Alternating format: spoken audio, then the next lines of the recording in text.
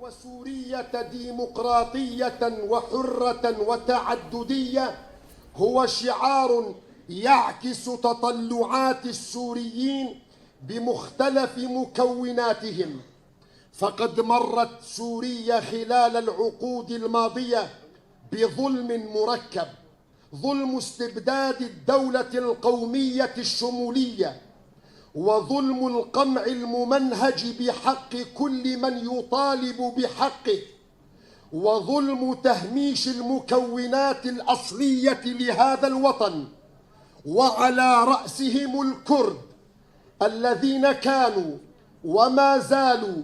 جزءا أصيلا من نسيج هذه الأرض، يسهمون في بنائها ويدافعون عن كرامتها. وبالتالي فإن حل القضية الكردية ليست مجرد تفصيل ثانوي، بل هو مقياس لنجاح المشروع الوطني السوري